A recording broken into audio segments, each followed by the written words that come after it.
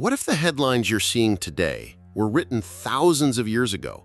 What if the conflict erupting in the Middle East is not just another war, but the fulfillment of an ancient prophecy? In the next few minutes, we're going to uncover the hidden story behind the headlines, a story that begins with a single family and a divine promise. You are about to see that the current war between Iran and Israel was foretold with stunning accuracy.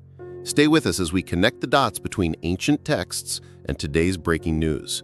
If you want to understand the deeper meaning behind world events, make sure you subscribe to our channel and hit the notification bell so you don't miss what's coming next. 600 years before Christ, the prophet Ezekiel foretold that Gog of the land of Magog, Persia, Cush, and Put will be with them. Ezekiel 38:2-5. Persia is modern-day Iran. The prophet saw this exact war now unfolding in the Middle East. At this very moment, missiles are streaking across the skies. Israel and Iran have been in direct conflict for 5 days, leaving over 224 dead, nuclear facilities bombed, and 600 foreign nationals fleeing in panic. Daniel warned about the time of the end, when there will be a time of distress such as has never occurred, Daniel 12:1. And Jesus said, "When you hear of wars, do not be alarmed. Such things must happen," Mark 13:7. Prophecies are being fulfilled before our very eyes. Iran is just weeks away from nuclear weapons. Oil prices are surging, and nations are aligning exactly as Ezekiel foretold. This isn't just another conflict, it's the beginning of the final prophetic events. Before we can understand the current war between Iran and Israel, we need to go back to the very beginning. The Bible tells us exactly how this ancient hatred started, and it all begins with a single family after a great flood that changed everything. When Noah stepped off the ark with his 3 sons, he had no idea that his blessing and curse would shape world history forever. As Genesis chapter 9 tells us, Noah blessed his sons Shem and Japheth, but cursed Canaan, the son of Ham. "Blessed be the Lord, the God of Shem. May Canaan be the slave of Shem. May God extend Japheth's territory. May Japheth live in the tents of Shem, and may Canaan be the slave of Japheth." These words would echo through thousands of years of conflict. The Bible gives us a detailed picture of how the nations spread across the earth. Genesis 10 shows us that from Shem came the Semitic peoples. The genealogy is clear. Shem was the father of all the sons of Eber. The sons of Shem: Elam, Asher, Arphaxad, Lud, and Aram. From this line would come Abraham, Isaac, Jacob, and eventually the entire Jewish nation. But notice something important. Elam is listed as one of Shem's sons. This region would later become part of the Persian Empire in what is now Iran. From Shem's son Arphaxad came a long line of descendants. Genesis 11 traces this carefully. When Arphaxad had lived 35 years, he became the father of Shelah. And after he became the father of Shelah, Arphaxad lived 403 years and had other sons and daughters. This line continues through Shelah, Eber, Peleg, Ru, Serug, Nahor, and finally to Terah, who became the father of Abraham. But Japheth's descendants took a different path entirely. Genesis chapter 10 tells us about Japheth's sons: Gomer, Magog, Madai, Javan, Tubal, Methech, and Tyrus. These names would become important later in prophecy. Madai became the Medes, who joined with the Persians to form the great Medo-Persian Empire. Magog would appear again in Ezekiel's prophecies about the end times. These people spread north and west, becoming what historians call the Indo-European peoples, including the ancestors of modern Iran. The real tension begins when God calls Abraham. He was living in Ur of the Chaldeans, a great city in ancient Mesopotamia, very close to what is now Iran. Genesis 12 records one of the most important moments in human history. The Lord had said to Abram, "Go from your country, your people, and your father's household to the land I will show you. I will make you into a great nation, and I will bless you. I will make your name great, and you will be a blessing. I will bless those who bless you, and whoever curses you I will curse, and all peoples on earth will be blessed through you." Abraham obeyed and traveled to Canaan, but he didn't stay there. Famine forced him to go to Egypt, where he made a mistake that would have consequences for thousands of years. Genesis 16 tells us the story. Now Sarai, Abram's wife, had borne him no children, but she had an Egyptian slave named Hagar. So she said to Abram, "The Lord has kept me from having children. Go, sleep with my slave. Perhaps I can build a family through her." Abram agreed to what Sarai said. When Hagar became pregnant, tension filled Abram's household. Sarah became jealous and Hagar ran away into the desert. But God had a plan for Ishmael, this child too. In Genesis 16, an angel found Hagar by a spring and told her, "You are now pregnant, and you will give birth to a son. You shall name him Ishmael, for the Lord has heard of your misery. He will be a wild donkey of a man. His hand will be against everyone, and everyone's hand against him, and he will live in hostility toward all his brothers." Years later, when Abraham was 100 years old, Sarah finally had the son God had promised. Genesis 21 records Isaac's birth. Now the Lord was gracious to Sarah as he had said, and the Lord did for Sarah what he had promised. Sarah became pregnant and bore a son to Abraham in his old age, at the very time God had promised him. But the presence of both boys in the same household created problems. At Isaac's weaning celebration, Sarah saw Ishmael mocking Isaac. She demanded that Abraham send Hagar and Ishmael away. Abraham was troubled, but God told him in Genesis 21, "Do not be so distressed about the boy and your slave woman. Listen to whatever Sarah tells you, because it is through Isaac that your offspring will be reckoned. I will make the son of the slave into a nation also, because he is your offspring." God made specific promises to both sons. To Isaac came the covenant promises, the land of Canaan, the blessing of being father to the chosen people, and the promise that through his descendants all nations would be blessed. But God also blessed Ishmael. Genesis chapter 17 records God's promise, "And as for Ishmael, I have heard you. I will surely bless him. I will make him fruitful and will greatly increase his numbers. He will be the father of 12 rulers, and I will make him into a great nation." 2 sons, 2 promises, 2 peoples who would struggle for thousands of years. This division would play out again and again throughout history, including in the conflict we see today between Israel and the nations around them. The Persian Empire enters our story much later, but when it does, it changes everything for the Jewish people. After years of rebellion against God, the Babylonians destroyed Jerusalem and took the Jews away as prisoners. It looked like God's promises had completely failed. The temple was rubble, the city was empty, and God's people were slaves in a foreign land. But then something amazing happened. Cyrus the Great of Persia conquered Babylon, and instead of keeping the Jews as prisoners, he sent them home. This wasn't just a political decision, it was God moving in history. In 2 Chronicles 36, we read these incredible words. "In the first year of Cyrus king of Persia, in order to fulfill the word of the Lord spoken by Jeremiah, the Lord moved the heart of Cyrus king of Persia to make a proclamation throughout his realm, and also to put it in writing. This is what Cyrus king of Persia says, 'The Lord, the God of heaven, has given me all the kingdoms of the earth, and he has appointed me to build a temple for him at Jerusalem in Judah. Any of his people among you may go up to Jerusalem in Judah and build the temple of the Lord, the God of Israel, the God who is in Jerusalem, and may their God be with them.'" Can you imagine a Persian king who worshipped different gods suddenly deciding to rebuild the Jewish temple and send God's people home? This wasn't Cyrus's idea, it was God working through him. The prophet Isaiah had actually predicted this would happen, and he used an amazing word to describe Cyrus. In Isaiah 45, God calls Cyrus his anointed one, the same Hebrew word, Mashiach, that we translate as Messiah. Isaiah 45 records God's words about Cyrus. "This is what the Lord says to his anointed, to Cyrus, whose right hand I take hold of to subdue nations before him, and to strip kings of their armor, to open doors before him so that gates will not be shut. I will go before you and will level the mountains. I will break down gates of bronze and cut through bars of iron. I will give you hidden treasures, riches stored in secret places, so that you may know that I am the Lord, the God of Israel, who summons you by name. Then God says something even more amazing.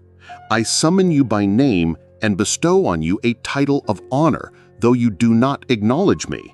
I am the Lord, and there is no other. Apart from me, there is no God. I will strengthen you, though you have not acknowledged me, so that from the rising of the sun to the place of its setting, people may know there is none besides me. God was using a Persian king who didn't even know him to fulfill his promises to Israel. This shows us something important about how God works in history. He can use anyone, even enemies of his people, to accomplish his purposes. During this Persian period, a young Jewish man named Daniel served in the royal court. Daniel had been taken to Babylon as a teenager when Jerusalem fell, and he lived through the rise of the Persian Empire. God gave Daniel visions that showed him exactly what would happen to world empires in the future, and many of these two visions involved Persia directly. In Daniel chapter 2, Daniel interpreted King Nebuchadnezzar's dream about a giant statue made of different metals. The head was gold, representing Babylon, but the chest and arms were silver, and Daniel explained, "After you, another kingdom will arise, inferior to yours." This was the Medo-Persian Empire that would conquer Babylon. Later, in Daniel 8, God gave Daniel an even clearer vision about Persia's future. In the 3rd year of King Belshazzar's reign, I, Daniel, had a vision. I looked up, and there before me was a ram with 2 horns standing beside the canal. The horns were long, but one was longer than the other, and the longer one came up last. I watched the ram as it charged toward the west and the north and the south. No animal could stand against it, and none could rescue from its power. It did what it pleased and became great. Then Daniel saw something else. As I was thinking about this, suddenly a goat with a prominent horn between its eyes came from the west, crossing the whole earth without touching the ground. It came toward the 2-horned ram I had seen standing beside the canal and charged at it in great rage. The shaggy goat is the king of Greece, and the large horn between its eyes is the first king. The broken horn and the 4 horns that replaced it represent 4 kingdoms that will emerge from his nation, but will not have the same power. Daniel was seeing the future, how Alexander the Great would destroy the Persian Empire, and how his kingdom would be divided after his death.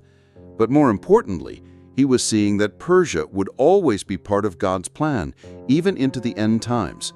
The most dramatic story of the Persian period involves a young Jewish woman named Esther.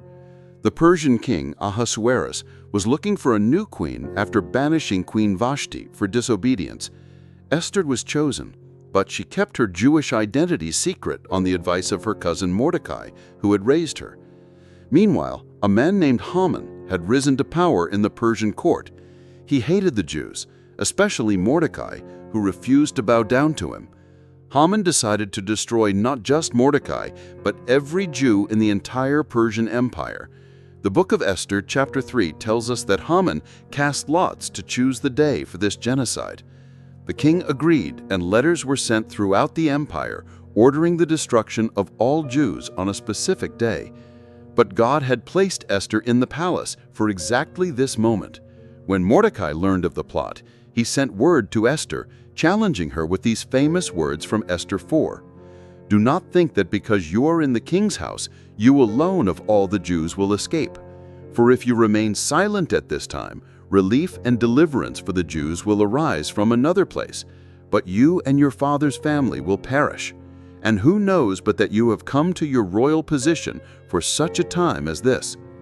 Esther risked her life to approach the king without being summoned, which could have meant death. But God gave her favor, and she revealed both her identity and Haman's plot. The king was furious when he learned what Haman had done. Haman was executed on the very gallows he had built for Mordecai. But the law calling for the destruction of the Jews couldn't be changed. Persian law was permanent. So the king issued another decree giving the Jews permission to defend themselves. On the day the enemies of the Jews had hoped to overpower them, the tables were turned and the Jews got the upper hand over those who hated them. This wasn't just a historical event. It established a pattern that continues today. Throughout history, Enemies have tried to completely destroy the Jewish people, but God has always intervened to save them. Ezekiel, writing during the Babylonian exile, had a vision about the very end of time that specifically mentions Persia. In Ezekiel 38, God showed him a great war that would happen when Israel was back in their land. The word of the Lord came to me, "Son of man, set your face against Gog of the land of Magog, the chief prince of Meshech and Tubal. Prophesy against him. Persia, Cush, and Put will be with them, also Gomer with all its troops, and Beth Togarmah from the far north with all its troops, the many nations with you." Notice that word, Persia. The Hebrew word is Paris, the exact same word used throughout the Old Testament for the Persian Empire. Ezekiel was seeing that in the last days, the land we now call Iran would be part of a massive coalition trying to destroy Israel. This prophecy becomes even more significant when we realize that Ezekiel wrote it while Israel was scattered among the nations with no homeland and no hope of return.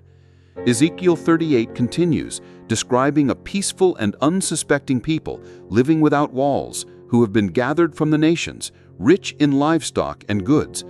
This describes Israel exactly as it is today. Daniel also saw the end times, but his visions focused on the exact timing of when the Messiah would come and what would happen to Jerusalem. In Daniel chapter 9, while Daniel was praying, the angel Gabriel appeared to him with one of the most precise prophecies in the entire Bible, foretelling the timeline for the Messiah's arrival and the subsequent destruction of Jerusalem. He saw that wars would continue until the very end, and the focus of world conflict would always return to this one city. When the Jews finally returned from Persia to rebuild Jerusalem, these ancient tensions came alive again. Nehemiah, who had served as cupbearer to the Persian king, got permission to return and rebuild the walls of Jerusalem. But from the moment he arrived, he faced opposition from the surrounding peoples. As the work progressed, the opposition grew stronger. But Nehemiah didn't give up. He organized the workers for both building and defense.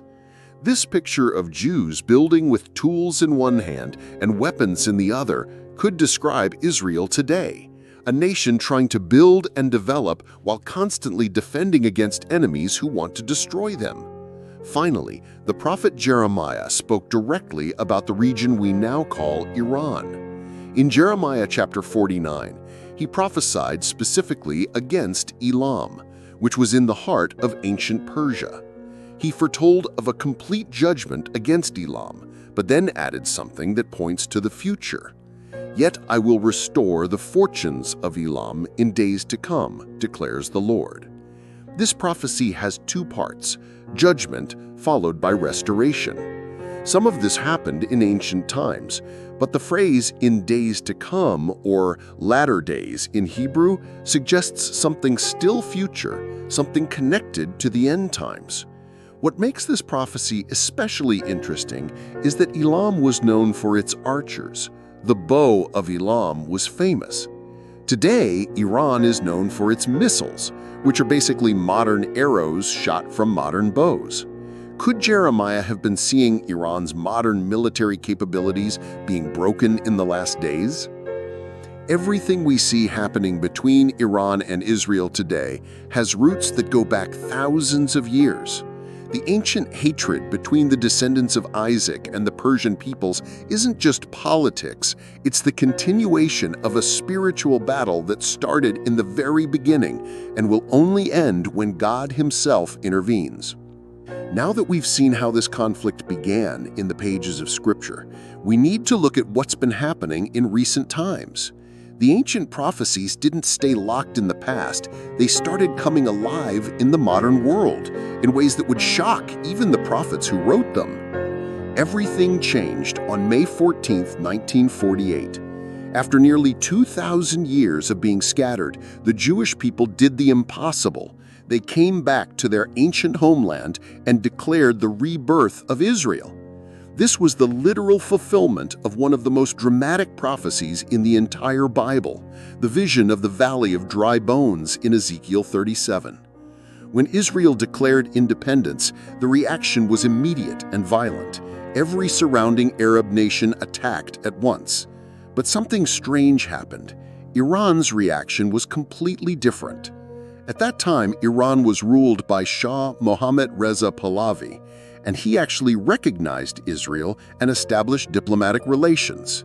For nearly 30 years, these two nations worked together. But this partnership was built on politics, not prophecy. The Bible had already told us that Persia would eventually turn against Israel in the last days. And in 1979, the Iranian Revolution was like an earthquake that changed the entire Middle East. The Shah, America's close ally, was overthrown by Islamic revolutionaries led by Ayatollah Ruhollah Khomeini. Almost overnight, Iran went from being Israel's friend to its most dangerous enemy. Khomeini declared that Israel had no right to exist, calling it a cancerous tumor that had to be removed. This wasn't just political opposition, this was religious warfare. Instead of attacking Israel directly, Iran developed a clever but deadly strategy. They would build a network of terrorist groups to fight Israel for them. They called this the Axis of Resistance. The first and most dangerous group Iran created was Hezbollah in Lebanon. Iran poured money, weapons, and training into Hezbollah, turning it into one of the most powerful terrorist organizations in the world. They also began supporting Palestinian terrorist groups, especially Hamas in Gaza, and other factions, essentially building an army of proxies that surrounded Israel on multiple borders. But Iran's most dangerous project was its nuclear program. Iran claimed it only wanted nuclear power for electricity, but its actions told a different story. They began enriching uranium far beyond what was needed for power plants, built secret nuclear facilities, and refused to cooperate fully with international inspectors, all while their leaders kept making threats about wiping Israel off the map. For Israel, this wasn't just a political issue, it was an existential threat. The proxy war between Iran and Israel exploded into open conflict multiple times, with major wars in Lebanon and Gaza. All the while, Iran was establishing its own military presence in the region, especially in Syria, aiming to create a land bridge to move weapons and fighters directly to Israel's border. Israel couldn't allow this and began launching regular airstrikes against Iranian positions in Syria. As Iran built its axis of resistance, Israel worked to build relationships with Arab countries that were also worried about Iranian expansion, leading to the historic Abraham Accords. But Iran doubled down on its aggressive strategy, increasing support for its proxies and advancing its nuclear program. As we look at all these developments, we can see biblical prophecy unfolding before our eyes. The prophet Ezekiel's vision in chapter 38 described exactly what we're seeing today. Persia, Iran, leading a coalition of nations in the last days to attack Israel. The nations Ezekiel mentioned are aligning exactly as he predicted. Russia, Magog, is working with Iran. Turkey, Togamar, is moving away from its NATO allies and closer to Russia and Iran. The stage is being set for the final confrontation. The ancient hatred has evolved into a modern conflict that threatens to engulf the entire world. The weapons are more powerful, the stakes are higher, but the spiritual battle remains the same. We are living in the generation that may see the final chapters of human history unfold. The conflict between Iran and Israel isn't just about Middle Eastern politics, it's about the fulfillment of God's plan for the ages. The ancient prophecies are coming to life before our eyes, and the world is about to discover that the Bible has been telling us the truth all along. What do you think? Are we seeing the fulfillment of ancient prophecies in the news today, or is this just another geopolitical conflict? Share your thoughts in the comments.